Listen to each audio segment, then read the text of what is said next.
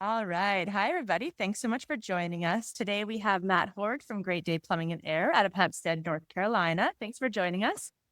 Thank you, Cap. Good to see you. Good to see you. Tell Good us to a see little you. bit about how you got started and where the company started in day one and where you are today. Okay, yeah. So I've been in the trades for 34 years. Um, I've been self-employed or working for myself for 29 of those years. This Great Day Plumbing and Air is our newest company, and we've been in business for right at 3 years now and growing and going through all the struggles of every new business. But we've operating 8 service trucks and about 17 employees right now, and a little over $2.5 million roughly. that's Yeah. great. So it sounds like in the last 3 years, you've really expanded quickly. Obviously, the last 3 years have had many challenges and many different challenges that we haven't faced before in the industry. So it sounds like you're still maintaining that growth amidst all the changes that are going on. Yeah.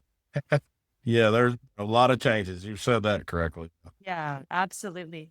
So in terms of technicians, we know in our industry, one of the biggest challenges is recruitment.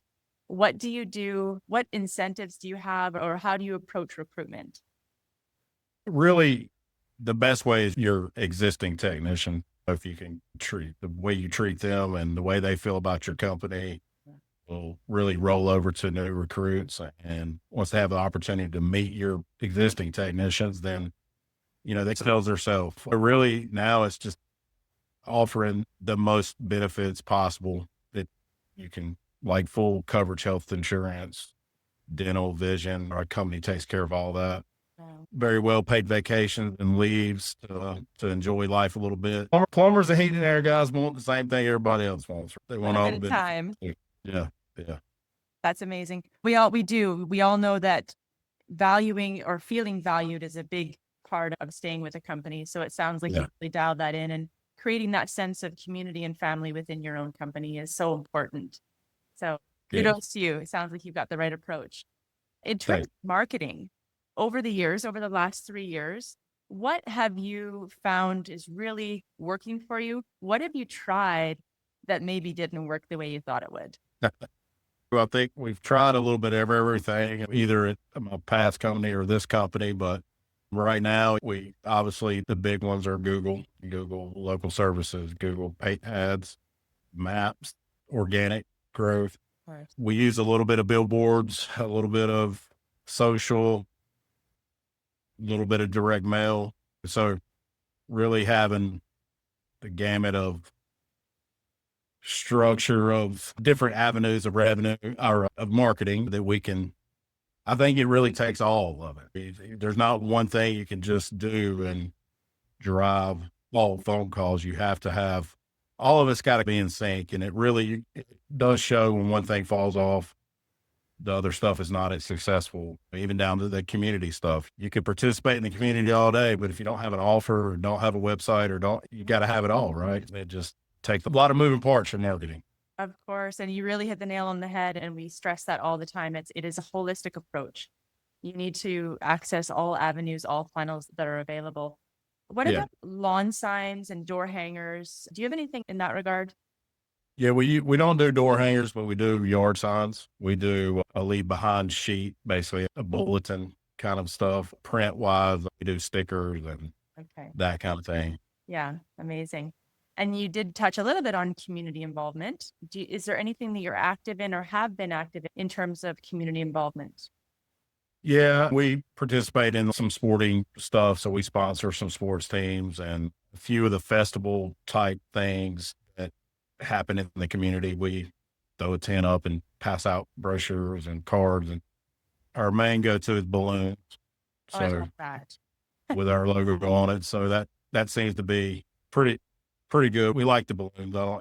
They're hard to do, but we like the balloons. Okay, and I'm sure the families do too. Yeah, yeah. The kids like to get them. Yeah, Course, yeah. So in terms of community involvement, we know that really helps to build the trust. When you are in your home and you're inviting a technician in your home, that trust factor is very important, isn't it? Oh yeah, it's really most of your call is trust. It's something that's built throughout your entire company, from the person answering the phone to the technician that gets there.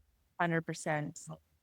So, what do you do, if anything, ahead of time? If a technician is going to someone's home, do you have any way of letting the client know who's going to be there or what to expect when the technician arrives? Yeah, our dispatch software text and emails the customer that, hey, Ryan's coming to the job. Gives a little bio on him and a picture, and Yeah. Yeah, kind that of, really helps. yeah, takes the anxiety maybe down just a little bit. Yeah, absolutely. Yeah. And on that note, we all know the importance of Google and Google reviews. So, what do you do to drive those Google reviews? Or do you have any incentives to clients or to your technicians to get those reviews? Yeah. So we don't offer the client any incentives. Like, we don't discount or Sure. offer value or for the reviews. It starts at the beginning of the call, and we basically give the customer permission that if to come to us if we're not offering 5-star service at any point during that call. You could come to us and we're going to make it right then. Not Don't wait till we're done. If you didn't appreciate that I left the door open, the cat got out. I want to know now. We can try to clear it up. And then at the end of the day is automation for the reviews, some text that goes out and asks for the reviews, but really that technician on that personal level asking for the review. Okay. Now we do incentivize the tech gets a bonus for every 5-star review they get. So there is some financial gain for his part of it. And that makes it a little bit of fun. Amazing.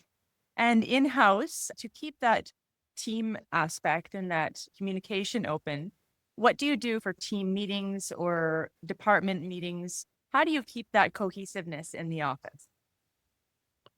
So we'll run some contests on it maybe, or for specifically reviews. That's great. We That could be a gamut of, you get so many, you get to spin a wheel. Maybe there's all kinds of stuff on the wheel or Oh, whatever. You can I love that. always some kind of benefit for it. That's great. And let's talk a little bit towards the services. So, what are the full services that you offer?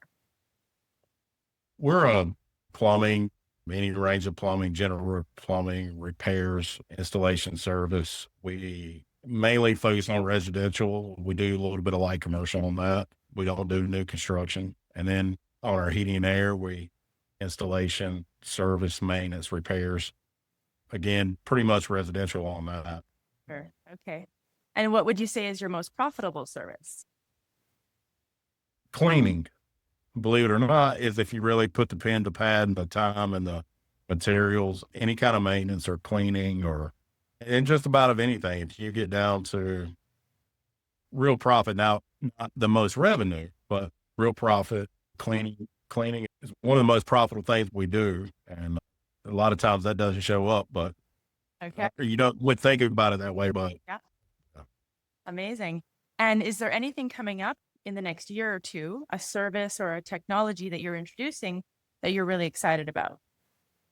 or I probably have 15 things in my wish list or Sure. emo list over here. We're doing a lot of the AI stuff.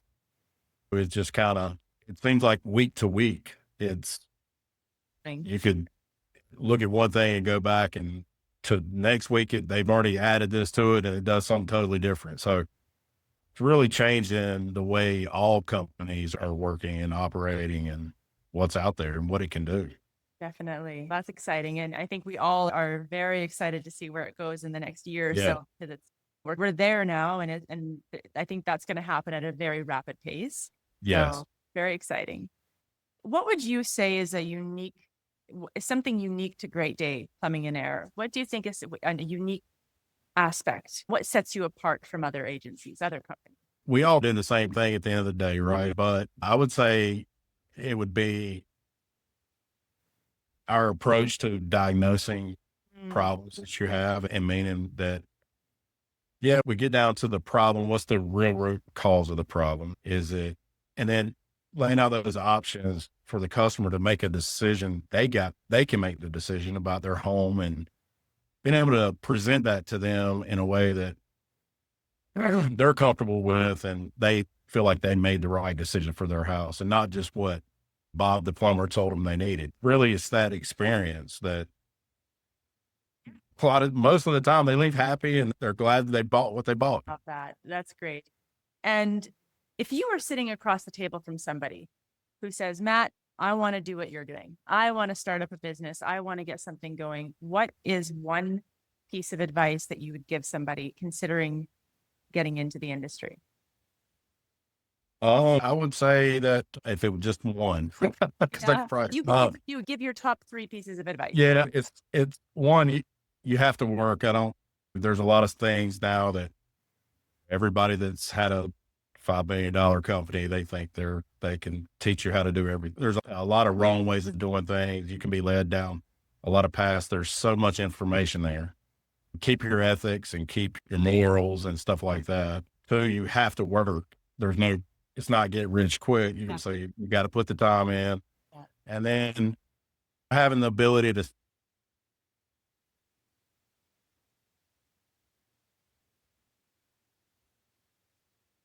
see like opportunities, which then you learn the most. Be able to see past that what the real outcome could be. Seeing those opportunities in any situation, good or bad, and being able to do that is very valuable. I love that. And I think that's a couple of great pieces of advice for anyone considering moving into the space of being a business owner. It's not an easy thing. And you nailed it when you said you got to be willing to work, because Yeah. I think a lot of the younger generation too, that's maybe a bit of a struggle, is the idea that you don't just get what you want right now. You have to, Right. you have to really put in that legwork. So Yeah. that's some great advice there. Yeah. Okay. Yeah. Matt, I'm so grateful to talk to you today. Thank you so much for jumping on the podcast with us. And we're very excited to share your story with everybody. Okay. Thank you, Kayla. Thank you. Appreciate it. Thank you.